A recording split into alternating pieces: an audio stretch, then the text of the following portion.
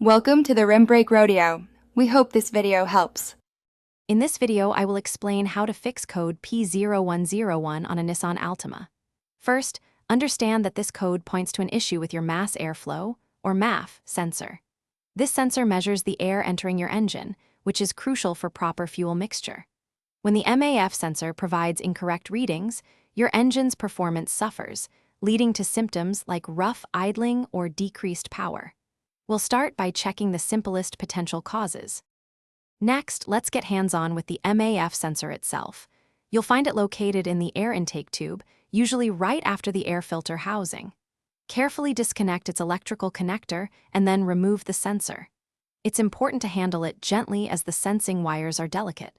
Once removed, use a dedicated MAF sensor cleaner, not general brake cleaner, to spray the wires and thermistors.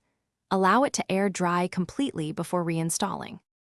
After cleaning the MAF sensor, it's crucial to check for other potential culprits. A common cause for P0101 is unmetered air entering the engine, often due to vacuum leaks.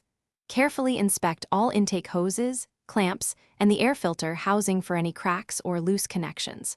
Also, examine the MAF sensor's electrical connector and its wiring harness for any signs of damage or corrosion. A poor electrical connection can also trigger this code.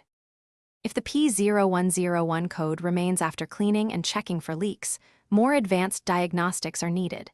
You might want to test the MAF sensor's voltage output using a multimeter, comparing it against your vehicle's specifications. If the sensor is indeed faulty, replacing it with a new, high-quality part is often the most effective solution. Remember, using genuine or reputable aftermarket parts is key for reliable performance. Also, be sure to check the description for a link to the Owala water bottle and other great deals. Thanks for watching. Consider subscribing if we helped you.